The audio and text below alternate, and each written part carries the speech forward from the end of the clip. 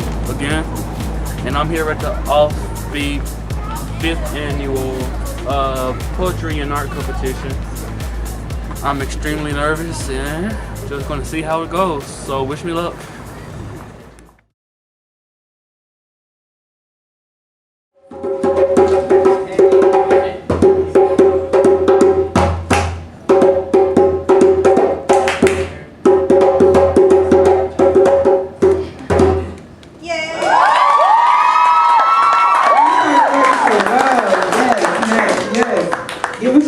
One more time. What's your name? I'm 9. And how old are you? 3. If everybody ready to hear some poetry and some great vibes and artistic creativeness and all that, say check, check. Check. Okay. So this year, I know this is our 6th year. First of all, big shout outs and big ups to everybody that has supported. This is our 6th year of doing art, poetry, and justice. So big ups to everybody that has always supported. Big ups to Venom for letting us come through the spot and just support local art. Please make sure y'all take a look around once there's an opportunity to do so.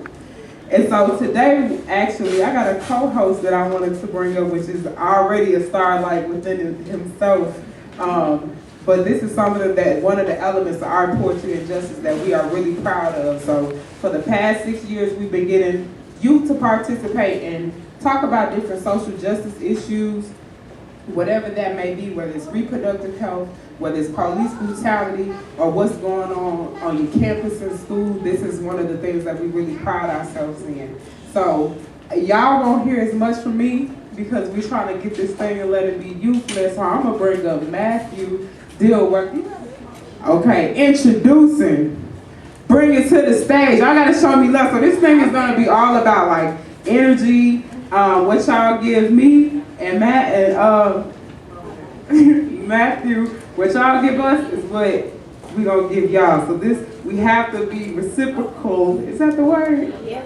Okay, I thought so. Reciprocal in energy and attention. So y'all just so crazy and mad love. This is you building your energy. So give me a hand clap, whatever you want to do. If you want to snap, if you want to, whatever it is, I'm going to give y'all a count off because I think we need to do a count off. So on the count of 3, we're going to show mad love and energy, okay? Okay.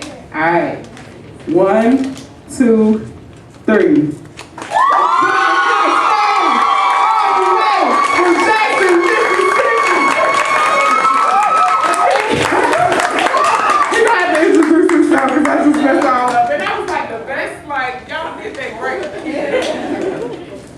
How y'all doing tonight? I'm Matthew Dilworth. I go to Merle High School. I'm 16 years old. My artist name or whatever is Matiti Yahu, which is Hebrew for Matthew, which is my real name. Yeah. So this is a like poetry slam. You can submit art, poetry, music if you haven't already signed up to submit like a poem, to perform a poem or a song, or if you got some artwork you want to do. If not, you just enjoy the night and whatnot. Alright, so we're going to start this off with an exercise to get everybody's energy built up. And okay, so I'm going to say the word power, and then y'all are going to say power, and then I'm going to say transformation, and then y'all are going to say transformation, and then I'm going to say miracles, and y'all going to say miracles. You're going to build up, you're going to start off low, and then you get like really loud. Okay, so now say power, y'all say power. All right. You can stand up if you want to. You can stand up. Okay, yeah, stand up.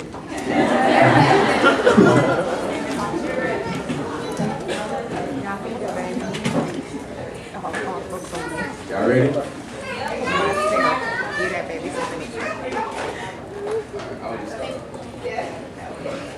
Power. Power. Transformation. Transformation. And miracles. And miracles. Power. Power. Transformation. Transformation.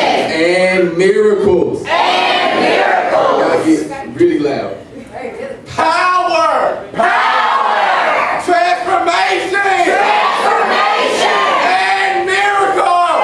And miracles. One more time.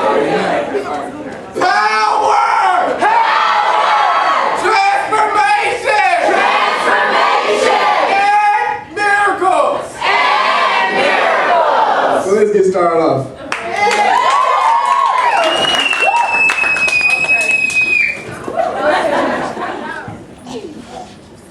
Oh, I am so sorry. This is one of the most, you stand right here, okay? This is one of the most important parts of our poetry and justice. So, what we will be judging for the poetry, we will be judging off of content. So, the theme has to be social justice related, it has to be thought-provoking, and it has to be creative and original works, as well as the creative art pieces that will be joined in the competition as well. So, we need 4 judges? 4? 3. I need glasses. We need about 3 people to volunteer with us for the night for this section to be judges. If you're competing, you can't be a judge. It's all about, and I'm gonna let judge number 1, you're gonna be number 2, and then number 3, I'm gonna let y'all introduce yourselves. Tell us where you're from, what you do, and what about you. Hi, my name is Yaverclap, and I'm 19 years old. Thank you. I'm 19 years old, and I am a college student. I go to Holmes, and I'm from Clinton, Mississippi. I am here because I'm into poetry and art. Hey y'all, my name is Natea Babbitt. I'm from Jackson, Mississippi. I'm 17 and I go to Merle High School. I'm a full-time student, so What's up, y'all? Say hey back. Hey! Okay. My name is Erika. I'm really old. Yeah. I'm here because I really enjoy our poetry and justice. So y'all do y'all thing. Well, we're gonna keep this thing going anyways. So we'll bring up first to the microphone. We're gonna bring up to the microphone Destiny Dorsey. Destiny, you in the building?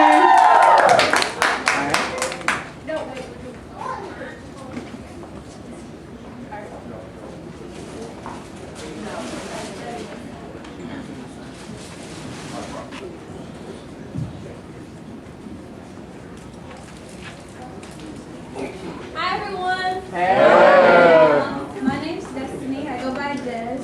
I'm 17 years old, and my piece is basically about how students are put down by not only just our generation, but the ones above us. So, hopefully.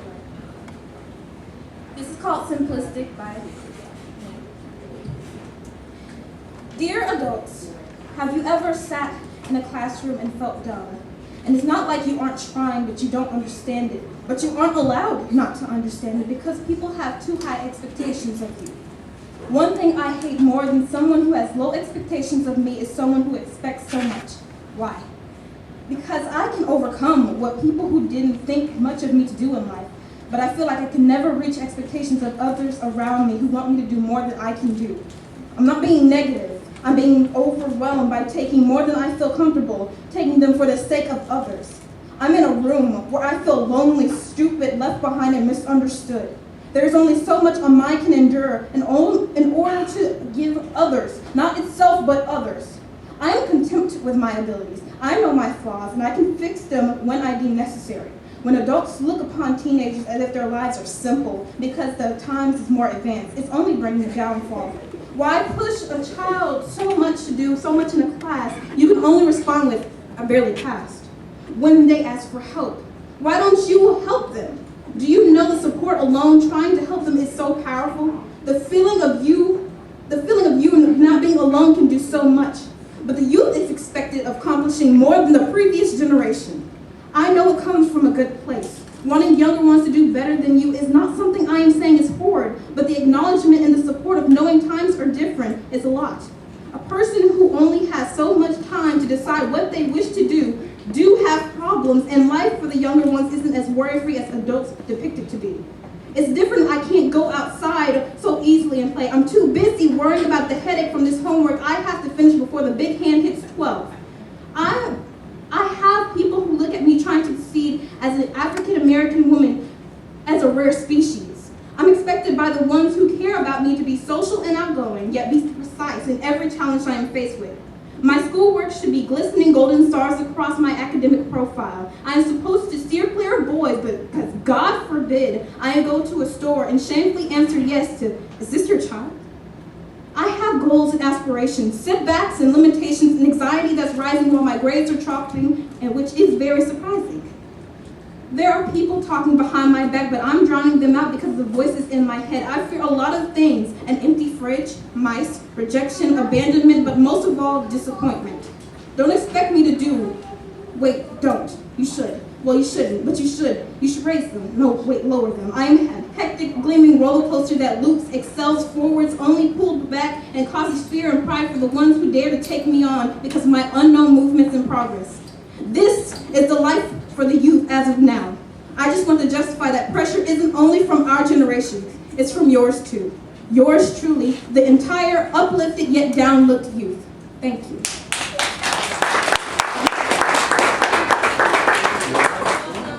It's gonna bring up Zale from Callaway.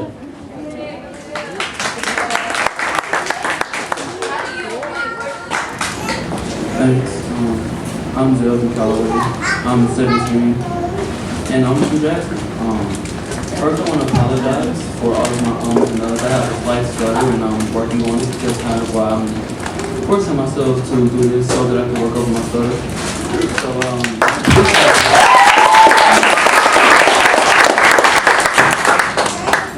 Thanks. So, this poem is called Rain. And this came from I'm sure that you know we've all had those times where like we just want to like let everything go. We think about stuff that has happened to us in the past and just things we couldn't just fix like that. And things people say that you know we should just get over it. But then a lot of times it just doesn't. We can't just get over. You know, we can't just push it to the back of our minds. So I'll get started. I wrote a letter to God, but no response. Just trying to correct the path of life I'm on. And I asked Him to bless my loved ones. I'll wait for true love from become pain. My brain, I try to maintain a piece of sanity and find my range of emotion. Instead of sipping potions, allow my thoughts to allow my thoughts to overflow and create an ocean of possibilities. While God is watching me, refusing to intervene. I guess this is His definition of a blessing. Ever since I was an adolescent, I'll ask the Reverend several questions, but no response. It's only ridicule, like, son, I pity you, dare question our Heavenly Father and speak as if He is about this to your existence. Why, boy, I ought to rain down a beating birth of 6 Sundays on your backside. I'll pray for you so you don't backslide into hell, you heathen. Show me a map to the Garden of Eden. Give me a reason to believe in the God you speak so highly of. In His enlightened love, you push and shove religion down my throat like this is not a free country.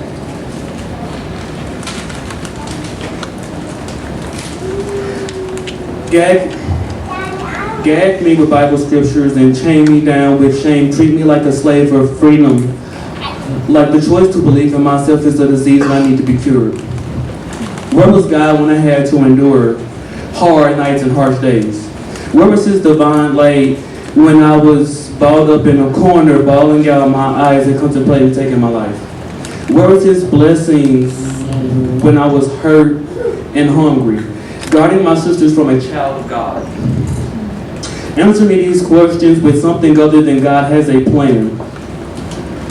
Or He was testing our fate, or it was the devil, and then you will see me down on the first row in the first seat, first, second in last Sunday. That's it, and thank you for listening.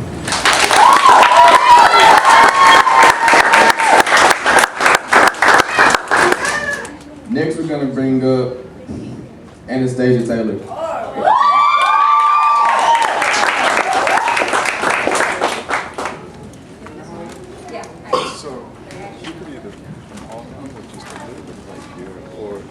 extremely good.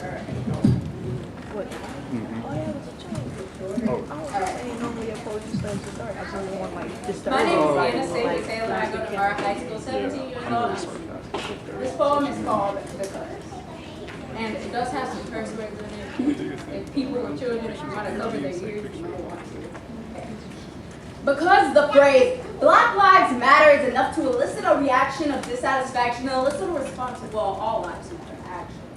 As if somewhere within the phrase Black Lives Matter, something works in negation to all other lives. As if the American nation doesn't trot on Black lives, Black people. As if the phrase all lives matter doesn't actually mean white lives matter. This phrase is microaggression. It is erasure of all the aggression from all the oppression that Black lives face and face now and then.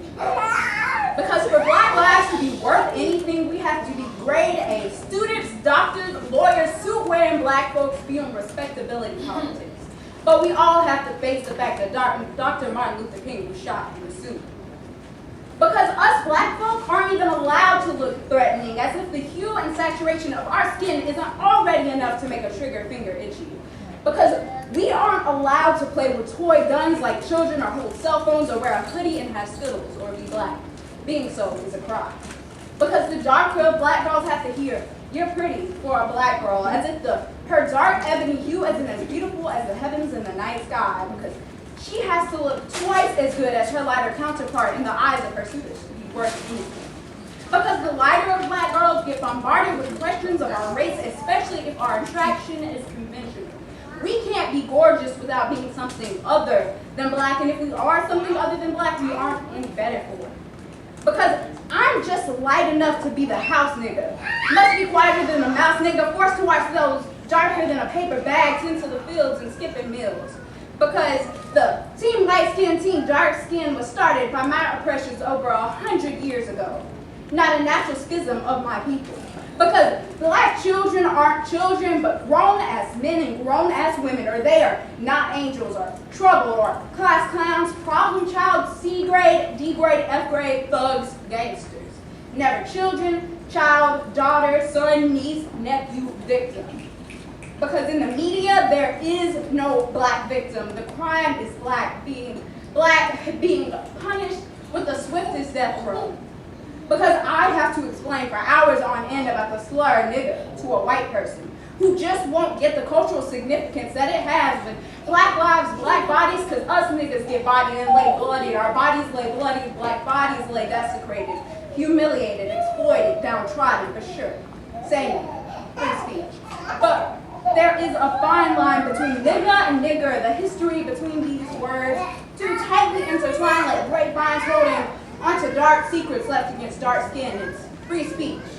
But no, there is a fine line between a term of fellowship, proclaimed oppression, uplifting the depression on the Black race, and a term of cultural genocide, overzealous white pride, fire hoses turned on Black folks, laws written before I even got the chance to speak. The collective Black race ain't even have a chance to speak. Our nooses were too tight. But sure, you have the freedom of your speech, and I agree, but our being Black doesn't quite cancel out ours, not anymore. Even though your words do seem to be more important than our safety. Because Black lives, because Black bodies, Black people, Black lives matter. Thank you.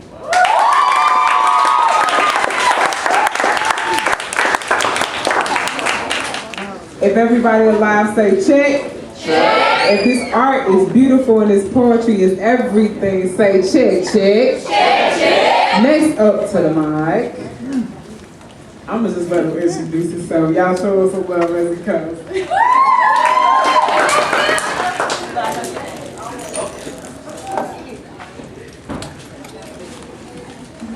So my poem is called Introspective Reflection.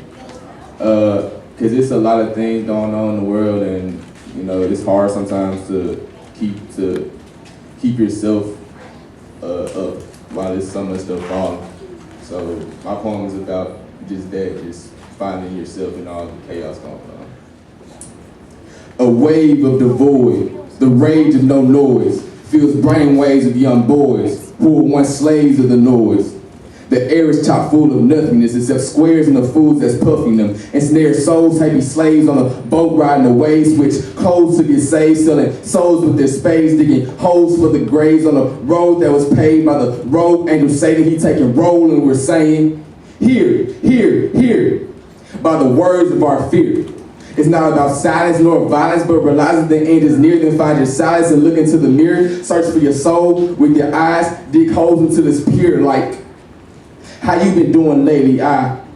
They say, hello. How you been doing lately? I know this world is going crazy and they say you are too blessed. Take some time out for me and you. I think I need some meditation. They said I needed medication, but I don't trust this nation and I'm anti-fluoridation, plus I made a star gas, that's perfection, so this is an astral projection. A wise man once said, looking in the rear view, I see the world in it. I try to slow down, but I get rear-ended. And my mama always tell me, boy, you bare skin and tough as nails, but this world hell, you see the way it's spinning? And by the way, it's not even spinning, I think it's flat, but that's a conversation for new beginnings and maybe truthful limits, the end of youthful gimmicks. I mean, okay, we're a floating ball in outer space and I'm crazy for speaking truth within it. And although this world is going crazy, we in the last days, how can I project my help outward without first being saved? Because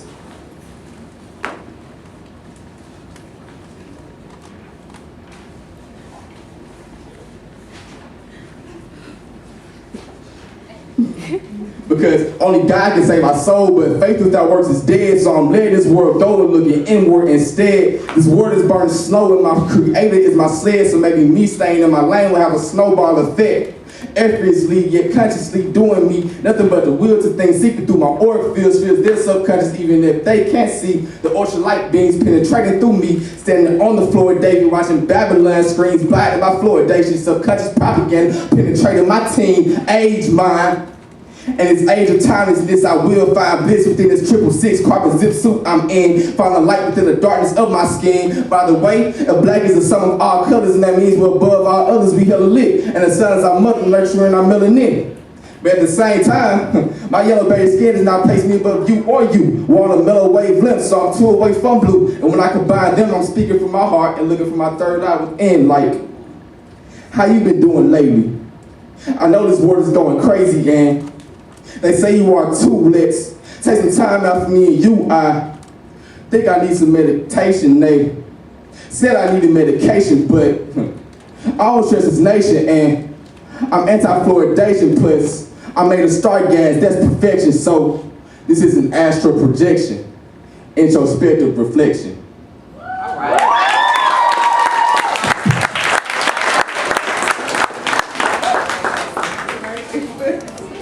So next up to the mic, we're gonna bring up Emmanuel. Is Emmanuel in the building? Come here. Okay.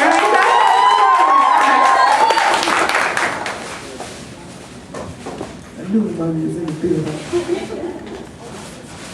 Hey guys, I'm Emmanuel, or my poet name is JaQuarius. I'm 14 years old. I go to Merrill High School, and I now starting on spoken word poetry, and my poem is called In a Cold World. Why a world so cold, where a child doesn't cry for the bosom of his mother, but for the mother of another, too scared to enter the doorways of what should be a warm home, but are the openings of chaos and destruction and madness, where 7-year-olds have come to think that a bullet hole to the brain is the best way to go. Or where young children watch their mothers and fathers argue and fight, coming home at 5 a.m., drinking the last bit of happiness and life away. Yet they have the audacity to tell us, it's okay, the world's a wonderful place. Why a world so cold, where you slut-shame a teen for pregnancy, but become a mess over abortion and birth control? Behind closed doors, they are whispering of a woman who couldn't control her pregnancy, who was told, keep your mouth shut, they're not gonna believe you anyway. Inside she screams, and as she gives a cry for help, she's only internally beaten and broken down. And yet they have the audacity to tell us, it's okay, the world's a wonderful place. Where a society dresses up modern day slavery with the illusion of freedom. They say that Miss Liberty is the symbol of a free nation. When the nation tries to hide her true colors, you tell us that Black Lives Matter, trying to start a whole controversy and a mass genocide war amongst all shades of people. What about All Lives Matter? Instead of coming together, we are breaking bonds and mentalities and murdering each other in every way possible due to the pigments of our skin. Yet they have the audacity to tell us, it's okay, the world's a wonderful place. Why a world so cold that you would torture a man or woman who opens up as homosexual? You label them queer and fag and beat and persecute them because of the way they love. They love differently and openly, and you throw them aside. 50 people killed in a gay bar, Orlando, Florida. A grimace from the man behind the trigger who hated the sight of homosexuals. Regardless of their loving, they were innocent too. They're still human, yet you have the audacity to tell us it's okay. The world's a wonderful place. In a world so cold where we struggle to survive, where the solution now is violence. Replace violence with love. The only triggers we pull are the triggers of our heart with the determination of peace. We will stand in a world so cold. Thank you.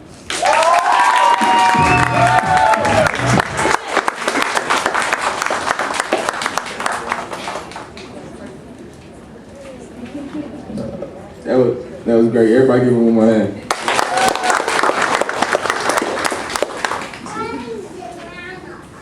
Next we'll have Aria Thomas from Jim Hill. Aria.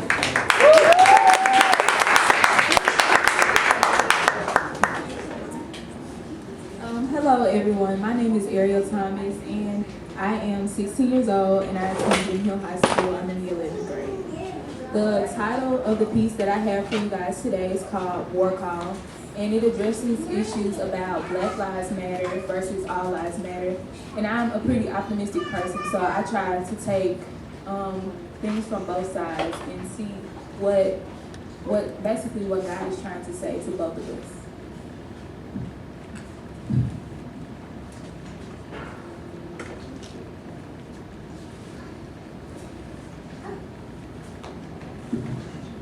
War call. You have reached the voicemail box of BLACK Lives Matter. Sorry we are unable to answer the phone, but we are currently in a war.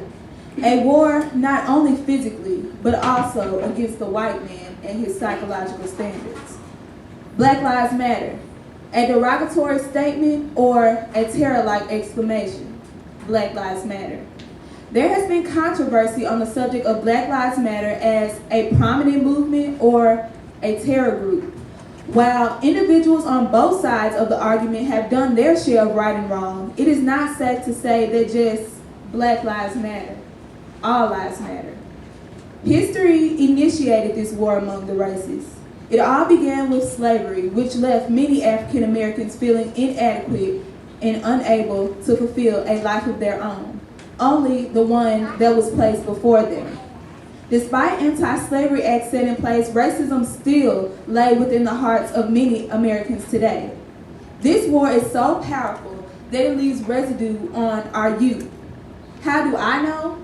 I know because in a state where open carry policy of firearms is allowed, a 12-year-old black child by the name of Tamir Rice was executed by Cleveland police for playing with a toy gun in a park. I know because an 18-year-old black teenage boy by the name of Michael Brown was shot at least 6 times by a white police officer named Darren Wilson, whose testimony consisted of racist and bizarre comments such as, "It looks like a demon," and the archetype of the giant Negro or black brute. I know because Legend Preston, a 10-year-old black child who police said fit the description of a 20-year-old suspect of an armed robbery. They pointed guns to his innocent face. Until this day, he remains psychologically tormented. Racism is far deeper than just black against white or white against black. It is, however, the entity that leaves this nation crippled because it fails to see the worth of every individual. This nation as a whole is quick to judge a book by its cover instead of reading the book to indicate its morals. We cannot place a stamp on a people collectively because this war is fought independently. It is somewhat like survival of the fittest, every man for himself. The outcome for every person is determined by his or her own actions. It is often said that what is understood does not have to be explained. However, America has proved time and time again that there is a lack of understanding in regard to the justice system. Black Lives Matter stands as a living and solid explanation. Media, for some time now, has falsely publicized the unruly encounters of the African American and the white man. Mostly all of the news reports have deemed the black man unjust. As Nigerian immigrants and author Chimamanda Adichie proclaims, there is much danger within a single story. You know, the story that portrays the African American as a monster, ruthless and unworthy, while the truth of the matter is that the white man is just as guilty, definitive. While the single story may seem powerful, it lacks a principle, that is, the black man's voice. Fault is not only found within the oppressor, but also within the oppressed. One is quick to speak up and speak out, yet he or she fails to speak on what really matters, what can be changed in everyone. Conflict arises not to find fault in one individual, but to teach and to show what both sides can do better. The oppressed must not give the oppressor any room to point finger. There's a fine line between nigga and nigger, Anastasia Taylor. In other words, this is the way I took it. In other words, it is okay to demean and kill off your own race, but when the opposite race carries out this act, there is a problem. This is only because some of the feelings of inadequacy that existed during slavery are still present today. Some of the African American community is still bound by shackles with their feet nailed to the floor. No, it is not entirely the African Americans' fault that they are shackled. However, the tools for us to break free, a little faith and progression, are right in front of us. We have decided to let the shackles rust, expecting them to break on our own. In conclusion, as Nelson Mandela says, freedom is indivisible. The chains of one person are the chains on us all. The chains on my people are the chains on me. You have reached the voicemail box of ALL Lives Matter. Sorry we are unable to pick up the phone. We are currently in a war. A war not only physically, but also against every man and his psychological standards. We are constantly taking up the struggle with our eyes wide open, under no illusion that the path will be easy. All lives matter.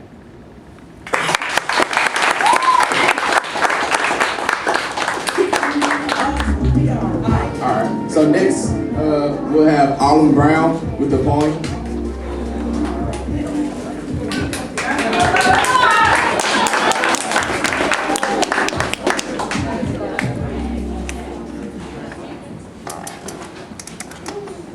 Hello. Hey. My name is Autumn Brown. I go to Murrah High School. And this is my first time doing spoken word, so bear with me, please. Okay. I am from the home of the brave, the land of the free. American oxygen, but I can't breathe. I'm from the land of the lives, the grass of the greedy, the wolves in disguise. I'm trying to make it through today. I walk on the same grounds, I cross the same street, at the same green light, but you want to stop me. But why? Is it my age? I know I'm 16, but my soul is eclectic. But I'm still too young to choose who is elected to control my future. But why? Is it because of my status? I'm from the bad part of town. I'm black and I'm proud. I go to public school and just as intelligent as you and your relatives. But why? Is it because I'm a female? Am I supposed to think about your children in retail? I go through much more than most, stronger than the stench of the hatred that grows for us daily. So why? Treat me as inferior. I'm just as smart, just as mature, just as ambitious, just as different as you are to me and as I am to you. But this is what makes us alike. We don't have a choice but to collide. We've always known these things our whole lives on the inside. So why do you look so surprised?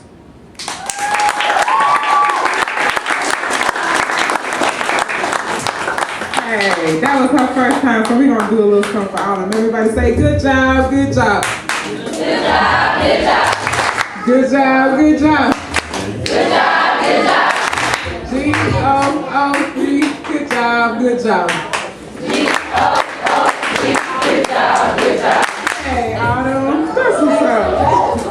Okay, so we're gonna switch it up just a little bit and bring up one of the artists from the high school session. So we're gonna bring up Destiny Dorsey. If you get that's an art piece, and she's basically gonna give us an explanation about the art piece, what inspires you to do it, and just tell us like the whole thought process behind creating the piece. Hi again, everyone. I'm Des again. I want to do a little thing real quick before I show my piece. If you are an African American woman, I'd like you to close your eyes real quick. And everyone else, no hate towards you guys, but I just want you to see the effect that it has. African American women that are in here, raise your hand if you know a woman younger than 20 with a child. Open your eyes. Look around. Close them back again, please. African American women, raise your hand if you've ever felt like your body wasn't good enough for society's standards. Open your eyes. Look around. One more time. African American women, raise your hand if you ever felt that a man only loved you for your body. Not for your intellect, not for your personality, not for how good you actually are, not for your potential, but only for your body. Only for the fact that you could possibly have sex with them. Or someone, you know, if I got you halfway, raise your hand, come on. All right, open your eyes. I'm about to show you my I call this an African American woman's only asset. He's so cute, I'm sorry. This is a piece where basically, I'm just going to go a circle. It's an African American woman, and around her is, let me just say what it is first. Around her it says, I am only good for my body. She is only good for my body, for her body. We are only good for our body. But I am more than just my body. An indication of that African American women, we're only known for our bodies, how big our butts are, how big our boobs are. For some of us still, you know. How we're discriminated on based on what we wear, what color we put in our hair, and you know, other stuff like that. But basically, this picture is to say that Black African American women, you are not known for only your body. You have intellect, you have potential, and you have just as much as right for any other race to be known as more than just a piece of a body that can have sex with and reproduce. Thank you. If you can pass that around the room, it's going to go around for everybody's eyes to view. Thank you so much for the explanation, and thank you for the thought process behind that one. So,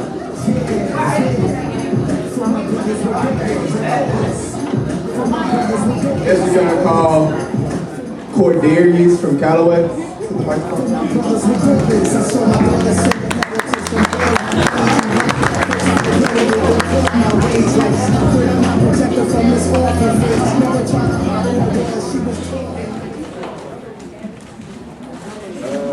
Hello, my name is JaQuarius, and I created a poem about, not about racism, but actually about America. So, the poem is called Sheep.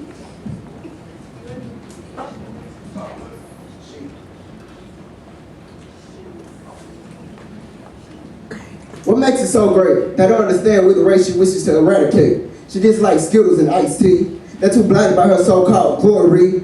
All we want is to be is to be set free mentally. She enslaves them through the mind. Oh, why is justice so hard to find? America's no mother of mine. Never asked to see if we were fine. We had enough of this insufferable pain. Used to work so hard that they saw every single vein. She showed us her friends, suffering and despair. Oh, not a thing could ever compare. I wonder if she notices the innocent tears of those poor souls are still there. They never want to hear what we have to say. She treats us like must and tell us to obey. What's real? What's fake? Who's the next victim she'll take? She.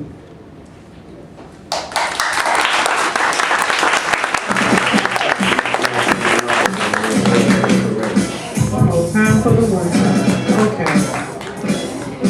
Next up to the mic, all the way from Highway 80, or whatever the name of that street is, all the way from Jim Hill High School. Y'all show some genuine affection for Mr. Robert Blaine.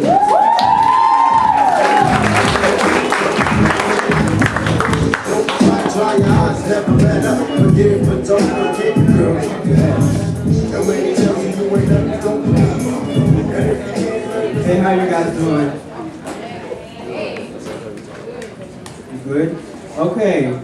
Well, my piece I'm going to be performing to you guys is going to be more like a monologue. So, it's a little bit on the oxymoron side, but it's an interactive monologue, right? So I'm going to need you guys, just for my moral support, I need you guys, whenever I say, is that okay, Rob? Or is that cool, Rob? Y'all say, yeah, Rob. Right. Yeah, Rob, go on with your bad self. That'll also do. Right? So I wanted to ask you guys a question. And it's kind of like abstract, but if you could visualize America as a human being, a human body, what do you think the cell would be? The most essential, smallest building block that you can make. Yeah, well, cell. Sure, where does the motivation come from?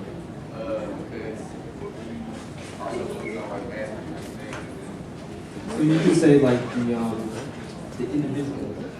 The individual, maybe? Like this singular person, right? Like that's what America's founded on, right? So we're taking these individuals and we're trying to push as much education into them as possible because we want to raise the intellect, give them freedom, unalienable rights. And while we're doing this, we're educating the stank out of everybody, and we're trying to find new and innovative ways to do it. But my problem with it is, you can't teach little Jimmy trigonometry if he goes home to a family where he sees his mom getting beaten by her boyfriend because she won't have sex with him. And it's a true story.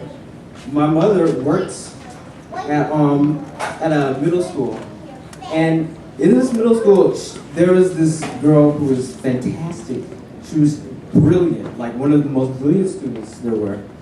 And she told, and mom told me, her grades plummeted, like from hundreds, 90s to absolute garbage because her mother prostituted her for money.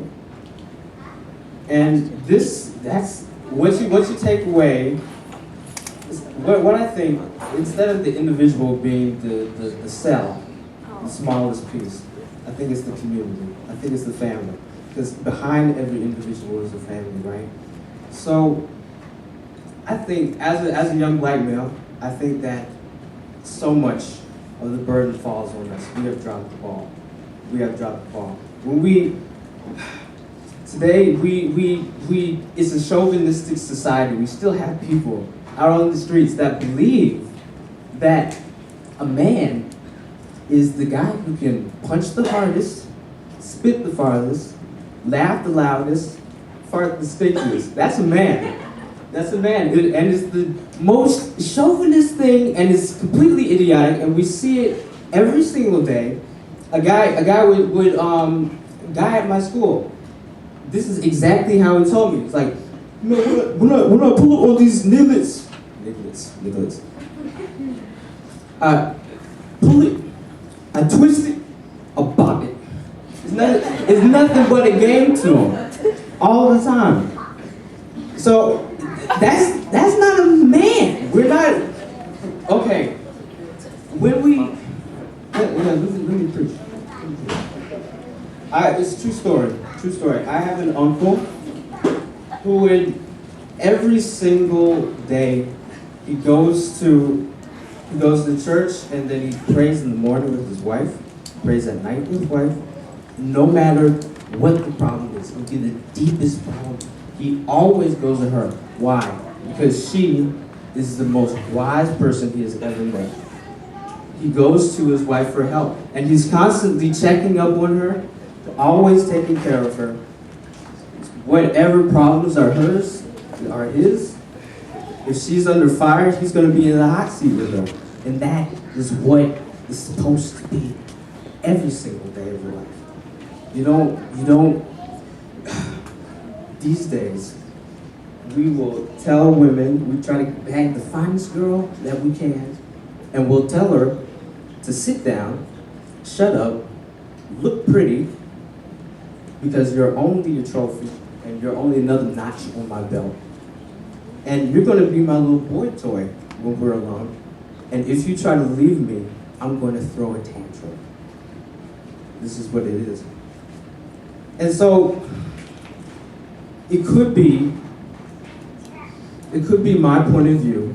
I know that it's very religiously free in here, and just say, is it okay, Rob? Is it okay if I can express my religious point of view here? Say so. That's all right, Rob. That's all right, Rob. Yeah, okay, thank you. Okay, I can do it now. So I want everybody, right now, I know I'm extra, just close your eyes for a second. Close your eyes. All right. I'm going to speak. You should be seeing the back of your eyelids now, okay? I'm going to speak in my I'm not a scary black guy tone. And I'm going to say, imagine, you should be seeing void right now. In this void, you see the Lord, however you want to see him. Trinity, Father, Son, Holy Spirit, hovering over the waters. Everybody connecting with each other. It's a community. They're loving each other, serving one another perfectly, and there's so much joy in that. So much joy in that. So much joy that you have to push it out of you. It has to overflow, so it has to make creation. Spread it to every single microcosm of existence. So it makes earth, it makes land, animals, birds of the sea, birds of the sky, creatures of the sea, all that stuff. And then he makes man, and after a while, the he's huddling down on the ground and with his naked self, and he's shivering, and he's like, at that moment, the Lord walks up to him and he says, obviously, it is not good for man to be alone. So, as if all of these previous 5 days have led up to it, we come to the creation of woman. And in that, we now receive an entirely new level of intimacy. We have the ability to make family, grow culture. We have sex, and we have the intimacy that is supposed to be. If you want to save the black community, all of you people who I know are going to go to Tougaloo, Harvard, Brown, Duke, Dartmouth, all of you people, brilliant. I encourage you, please develop a heart for your community. Please, it is the only way. America, it's stupid now, and we see it, that we seek salvation in education, but we have to hit the roots. We have to go deeper than that. Before you try to tackle the world's problems, I encourage you, you guys, I admire you so much. Please, go deep start with your community. Just tell the little guy that you love him first, because that's where leadership is born. I love you guys. This is my first time presenting up here. The respect, because I can't do this all the time. Speak over here upstage. This is fantastic. I love this thing. All right. Thanks, y'all. Hey, you in the video from last year when we freestyled, and I've been showing that to like every classroom, and you were like freestyling, you were like, and it was like so on beat. I just like, yeah. Y'all give it up for Robert. So next up to the mic, we have Danisha from Mara.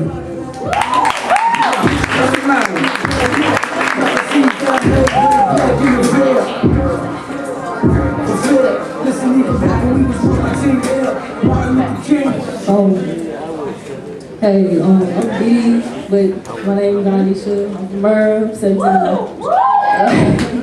I'm a senior. Up there, you know. I made a poem. It's justice for young people, basically, and how our voices are not there. But when we come together, it sometimes like just out there. Okay, that was short too. But power to the people. Does that ring a bell? When people join forces and use together their timid voices to yell at the house of destruction. Oh, I'm in the government. Telling us stay quiet, no violence, stay calm, don't panic, we'll handle it. And won't even do a thing. Distracting us from materialistic human beings that don't do anything, but change the minds of our youth, telling us what we're supposed to do, yet won't bear telling us the truth. So here's what we can do. This message is coming from me to you. We know right from wrong, false or true, tired of playing pretend. Take this distorted, deceiving, fraudulent kind of world to an end. Stand up on our feet. Don't be quiet or silent. Let us speak, for I am tired of no power and the justice I shall seek.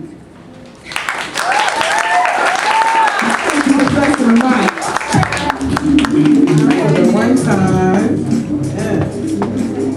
So next up to the mic, we're actually gonna mix it up a little bit and bring up another art piece. Is that cool, y'all? Yeah. All right, cool. So we're gonna bring up Anastasia to the mic.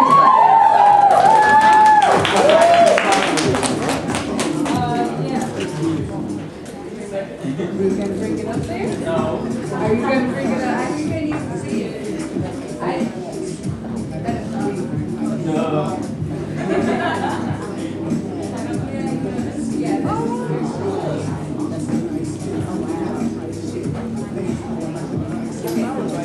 So this is my art piece. I did this morning.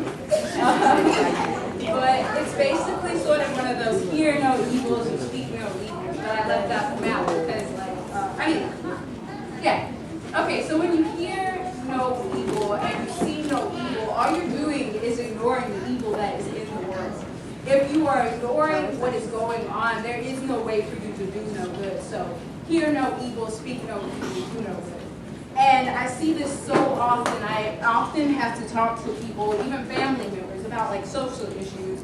Me, because I'm a mixed child, I have a lot of white family. So I have to talk to them about issues like all of the police shootings and all that, police brutality. And they're like, I never see anything like this. I never see anything like this. But me, a little mixed child, light skin and all of that, I've been followed around the gas station. I've been followed around, people thinking that I'm gonna steal stuff. Me, just a little girl, as harmless as anybody else in this room, but I've been followed around. And I know people who have been stopped, like teenagers, just walking around, just trying to have a good time as teenagers, who have been stopped just on the side of the road, like, sir, this guy matches the description. And so it's just crazy that all of these things are happening, and I hear about them every single day from all of my peers and my friends and my family members, but all of the, it's not getting to some people. It's going in one ear and out the other. They're not seeing it as an issue. So that's what my art piece is about. Thanks.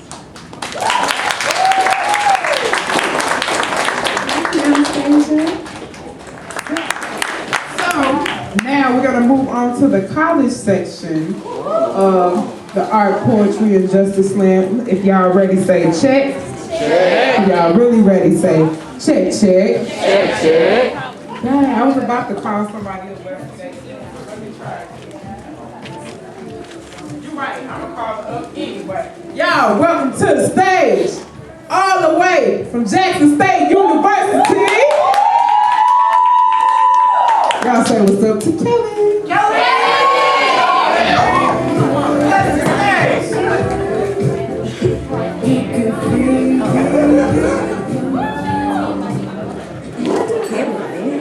Can you guys hear me? Okay. There are poems I've written instinctively. Those were the ones that circled out at sea for days until I had mercy and pulled them to shore. Then there's poems like this one that hijack my hippocampus and make it impossible to breathe until I set them free. Hope places all its bets on human achievement, a flimsy podium if there ever was one, and I can't help but whisper, I told you so, to faith when it shrivels up under duress. Love forgets your name and then tries to play it off as if anyone could forget the time you got caught playing Russian roulette without any bullets. Cheers do win sometimes until life shows up and reminds you that darkness is just around the corner waiting to sweep you away like dust off mahogany. Just make the call. Left to your own devices, you realize that you were never made to recognize wounds cut with an almost surgical precision, and that despair had medical training all along. She knows where to poke and prod and poke and prod until you're weak enough to engulf, stay afloat. And I know that is hard when the weight of every mistake you've ever made is clinging to your ankles, but what if I told you that we were suspended from something much heavier and that we were built for buoyancy? What if I told you that you were soaked to your jaws in the Jordan, washed clean in the Mississippi, and baptized in Katrina just for good measure? What if I told you that your torment is just God saying, welcome home, I'm here for you, what do you need? If only we could split our psyches into those fighting hearts like womanhood, masculinity, blackness, fear, and bravery, then maybe these poems wouldn't burn so much coming out. Maybe they would just glide past your doubt, meet up with your acceptance, and stay for a while.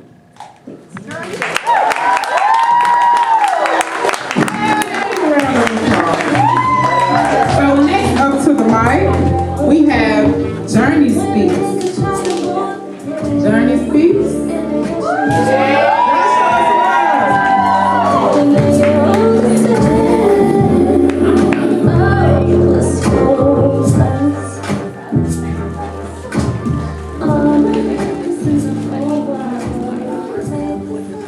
Hey, good evening, y'all. So tonight I'm going to perform a piece called Who Says I Need a Boyfriend? And I know you may be thinking, what does that have to do with youth justice? But I think it has a lot to do because in my poem I mentioned some pieces as far as you haven't dealt with stuff that have been scars, that have been in your past, that you haven't dealt with that stuff. And so it's hard to be in a relationship with anybody if you haven't dealt with stuff in your past. If you've been molested or raped or whatever the case may have been in your past, I would say seek help, deal with yourself. It's hard dealing with yourself, but I've been working on myself to forgive myself the stuff I've done and also forgive those things that have been done to me. And so through that process, God led me to write this piece and inspired the words, and so it's called Who Says I Need a Boyfriend? Who says that I need a boyfriend? When I'm drowning in my own insecurities, I'm so flushed by the negative opinions of others around me that when I look into the mirror, all I can see is my flaws and what's wrong with me. So who says that I need a boyfriend? When procrastination is a plague that only kidnaps me from my own goals and dreams, and I carry the torch of those around me who have drafted me to their own projects and goals that I neglect to put my own on the front line. So you tell me, who says that I need a boyfriend? When my life is not in order, I have not dealt with past issues that continue to be excuses I use for why I act the way that I do. These unhealed scars create tissues around my eyes, causing me to cry over and over again. It's a shame what he did to me. But I can't seem to get up in my mind the understanding of why I liked it. These thoughts have recycled themselves so much that now I take full responsibility for what happened to me. So you see, who says that I need a boyfriend? See, I will reply with Erykah Badu's Bag Lady. Bag Lady, you gon' miss your bus. Carrying all those bags on my back, on my shoulders, and my hand, that if that bus was to come by anytime soon, see, I would miss it. Because I am not free for him to find me. No, he would not find a good thing. See, I am so broken that when he will reach to grab me, I will cut him. Because of all the broken, fragment pieces of glass tucked away in my black garbage bag.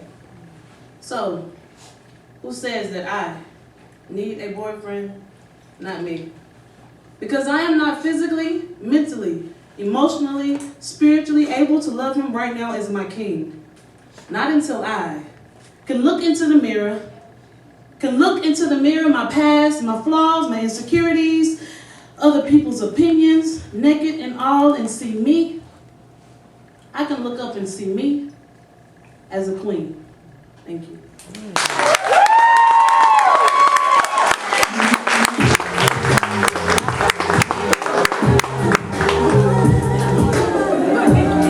Next, we're gonna bring up Faye.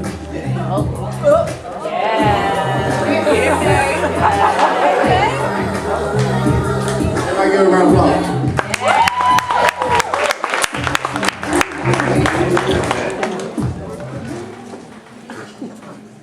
Hey y'all.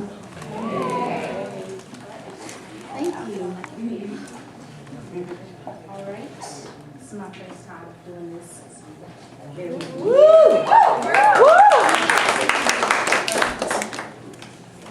My pockets are empty, but my heart is full of unsaid emotions, suppressed beneath my skin to shelter from the light.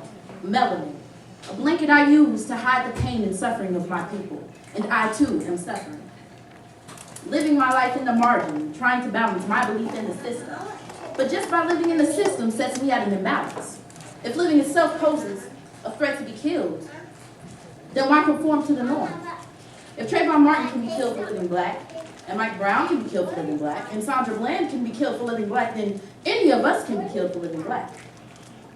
We don't seem so threatening when our vocal cords can no longer manifest the tune of the soul. We don't seem so threatening when our heart is no longer pumping blood through our bodies. We don't seem so threatening when our lifeless bodies lay idle. Just by living, we pose a threat to the system. And so many of us are still here.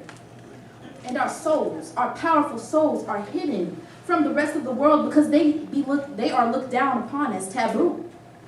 But they cry out the loudest when we need the most. And right now, we need to creep out of the shadows we've been hiding in. We need to stop living in fear and come together as one. We need hope, we need love, and we need freedom.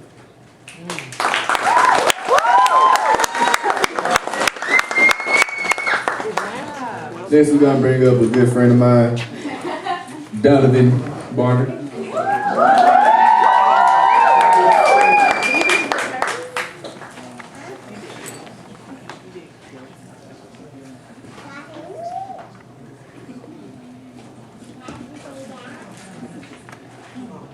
Hey.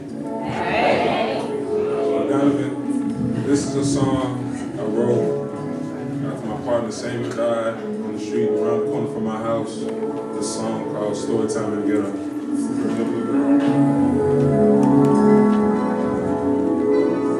Gather round to the street corner where we made $30 slinging marijuana.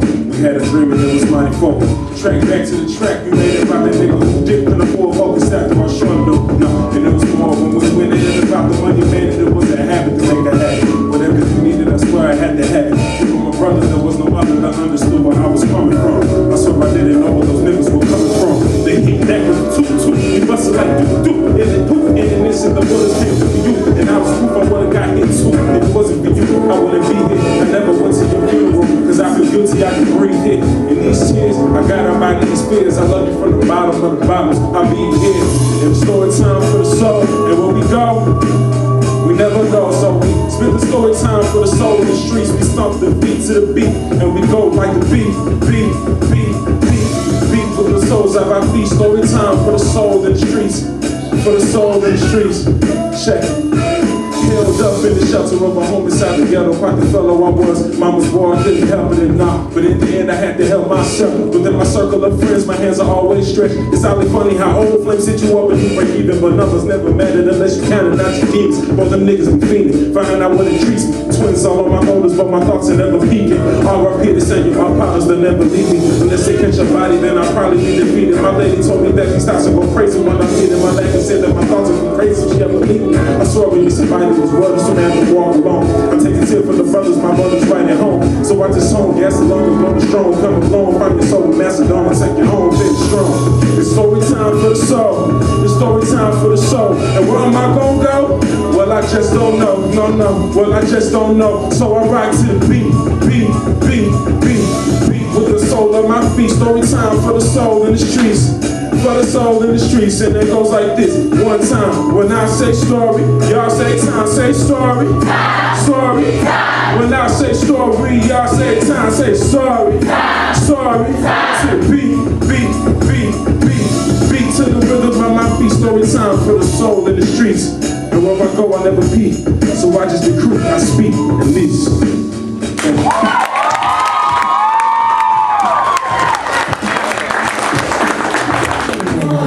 Hey, I just feel like I'm interrupting the music.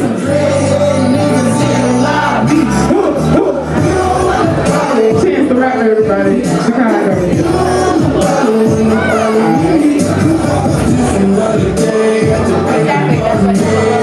So, coming in, we're gonna start with the poetry section. Okay?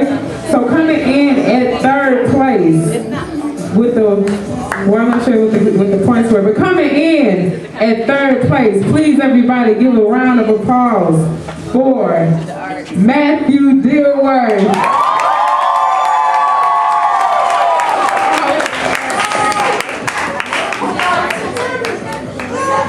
Matthew has won. That's what you want, Matt.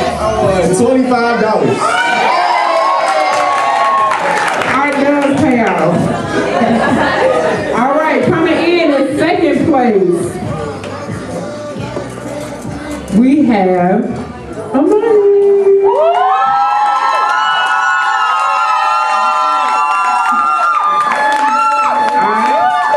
Tell us what you won. $50.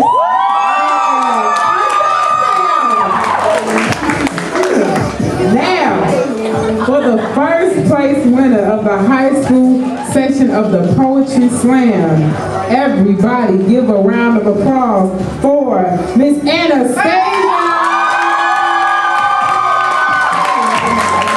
Anastasia, tell us what you got. I got $100.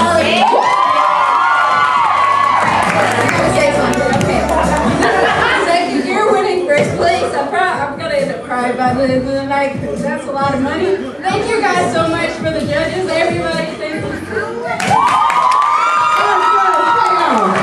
Now you see the inspiration we are to our students and when we support them and what they want to do. Big ups to everybody that participated in the poetry section for the high schoolers. So now we're going to do the art section for the high schoolers. So in second place, we have Destiny. Y'all show that, yeah! Destiny, tell them what you got. Yes, hot topics, you already know. Thank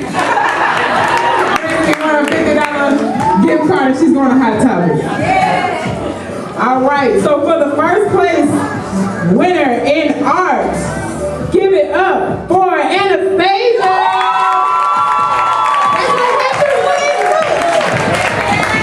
Tell her what you got, girl. I got another $100. Where was this when I was doing Thanks again. That's what happened last year. Y'all really high schoolers, y'all need to submit your art. If one more person would have submitted, y'all would have just got $20 for free. It doesn't matter. You could have just submitted a piece of paper. with some expression on it, of course. Dang, that was a car note. All right. My phone bill.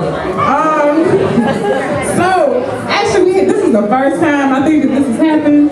But for the college section, we actually got all second, and third place winners like got the same score. So we actually have a tie. But thank you all our wonderful and lovely sponsors. We have enough to share with every. For the first place winners, we have Kuda, Kelly, and Donovan.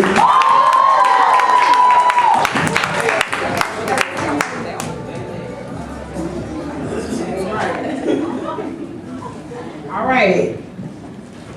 Kuda, tell us what you got. So this says there's like a 15 in the scratch count, and then there's 100 on the scratch count, and then there's like another 100. So I'm guessing it's 100. Kelvin, tell us what you got. Well, like at first my lash was in my eye, so I thought I had $10,000, but it's 100. Donovan, tell the people what you got. Y'all, I just got my phone bill.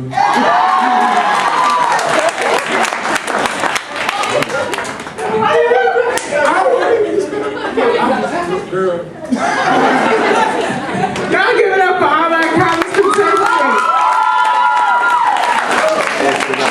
Oh, the raffles. Oh my gosh, does everybody have their ticket? We're about to do the raffle. Please pull out your red ticket.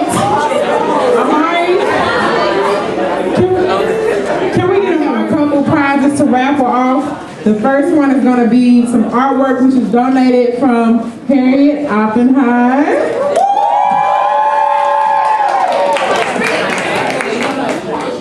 You ready to pull, baby? Yes. Stick your hand in and pull out one.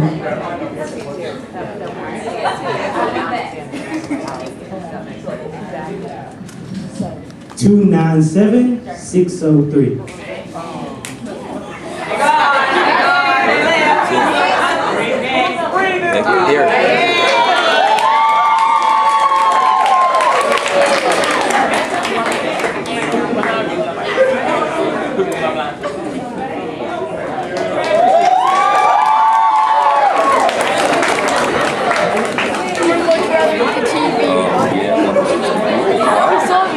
Wow, yeah. Look at that. Pull one more, okay? I know, but it's cool. You ready? Yes. Alright, let's pull one more.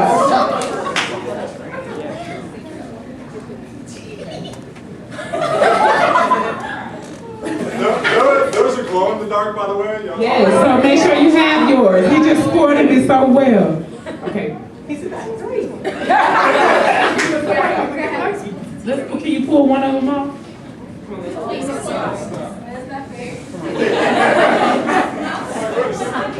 Okay, pass it to him so he can you read the numbers?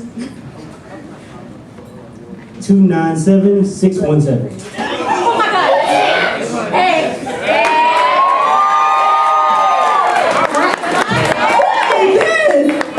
You have won a $50 gift card to Offbeat.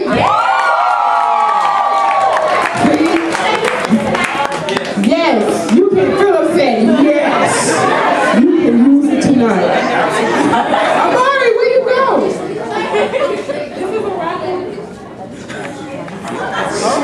I hope y'all got y'all tickets, okay? Pull one up. Pull a good one, okay? Pull a strong one. 297,621.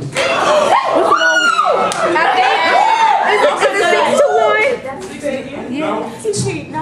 297,621.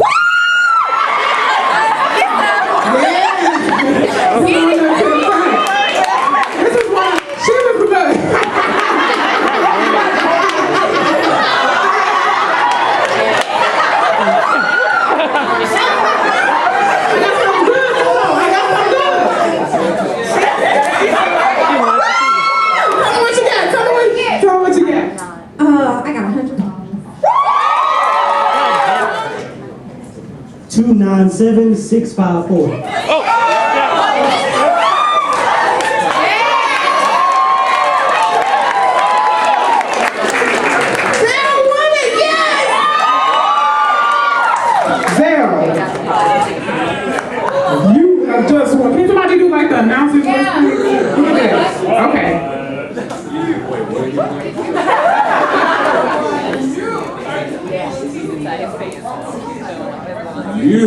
who just won a 32-inch Roku TV.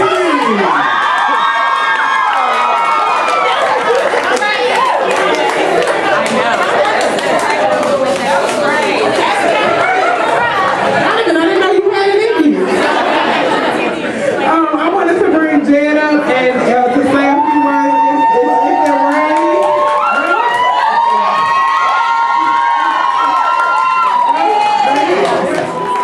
So before we leave, we're going to do our chant, and we're going to do have one more closing piece, so we pray that you all bear with us. Let me hear you say power. Let me hear you say, Lord, power. Chant. Come on. So what I'm gonna do is, I'm gonna say power, then y'all gonna say power. I'm gonna say transformation, then y'all gonna say transformation. And then I'm gonna say, and miracles. Then y'all gonna say, and miracles. That cool? Yeah! Alright. Power. What is that again? Okay. Transformation. Transformation. And miracles. Miracles. And let me hear y'all say. Power! Transformation! Transformation! And miracles. Now I want y'all to say it one more time. And I want the Lord to hear y'all.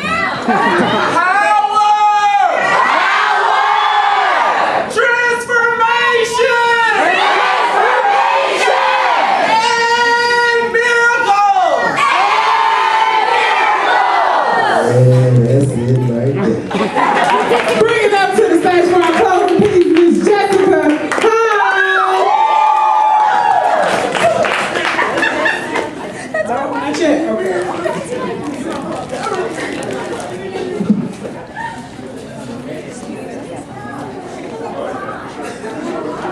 Okay, so I was really nervous about coming up here first, so please bear with me if I stutter.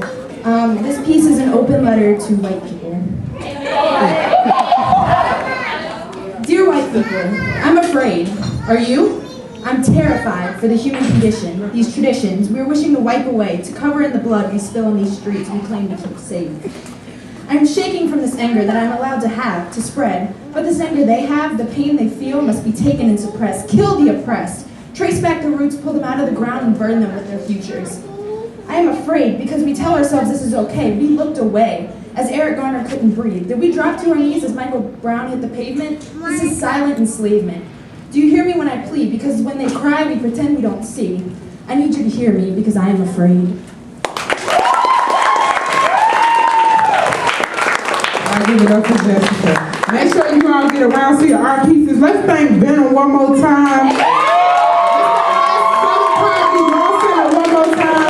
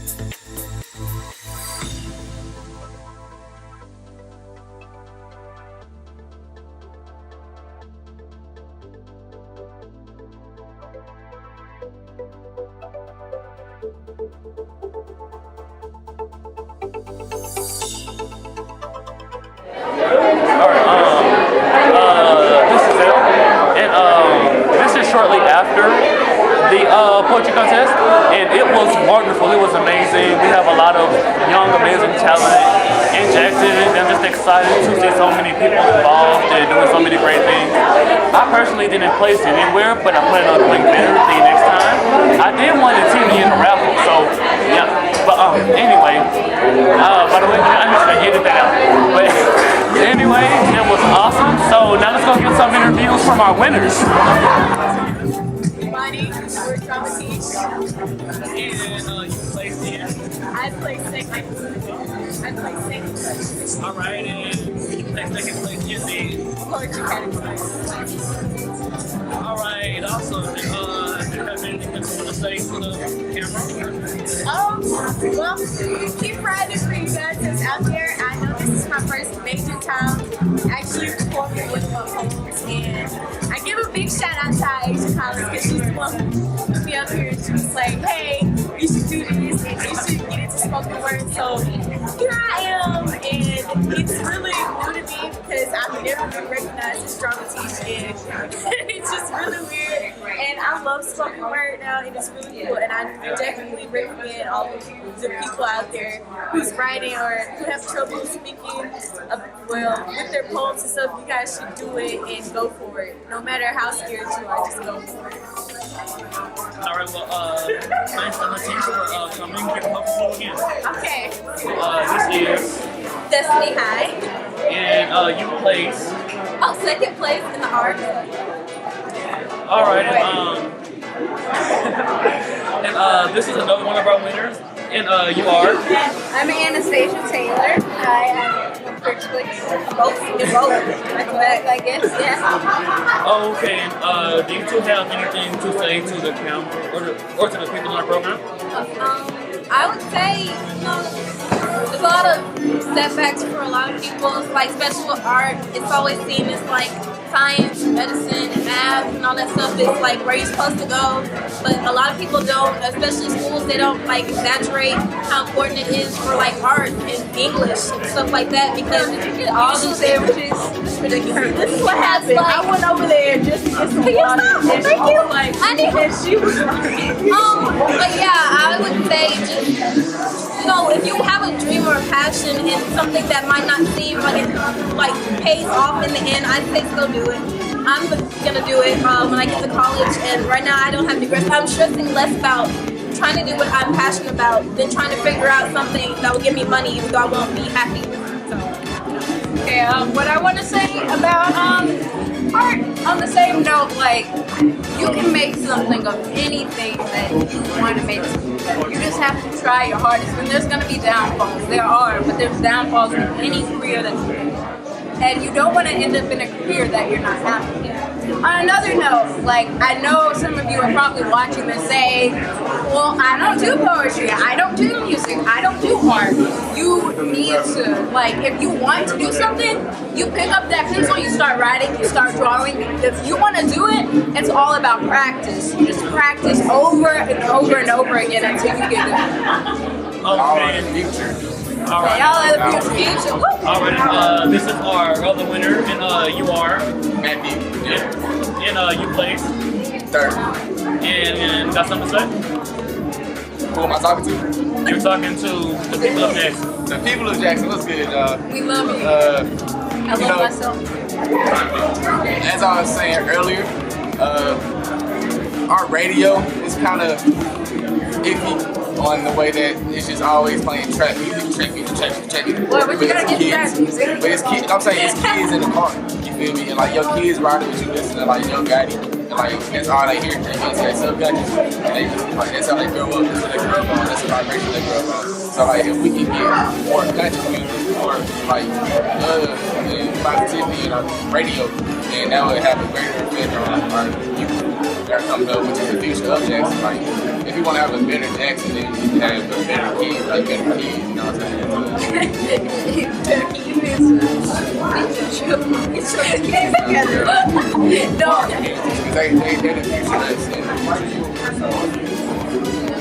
Don't let your kids lean on people like their stepstones either. Yeah, like that. Don't let your kids listen to Cheap Kid. Don't let your kids listen to Young Gotti. Don't let your kids listen to. Let your kids listen to They Little just People. heard you off. Shut up. Because they like, that's my son. They're clutching their hearts. They know you're not cheesy. If we come off cheesy, we're not trying to be. It's just, it just is. Doing what you love. It's cliche, but just do what you love. So, and don't, especially parents, don't try to force your kids to do stuff that they don't want to do. And especially if they're like interested in stuff like this, be sure to like support them. Like I have a very supportive mother. A lot of people, if they talk about trying to do art or animation, or reading or writing or English, a lot of them say do something else like medicine, something that pays a lot. But it's like, be supportive about it. If they want to do something that they're passionate about, just support them all the way, especially if they're doing something like this. Because this right here is way better than them being out in the street and doing Lord knows what. So let them do what they want as long as it's good, like actually progressing them in their future. Okay, I think we. Yeah, they're like, I'm bored. Goodbye.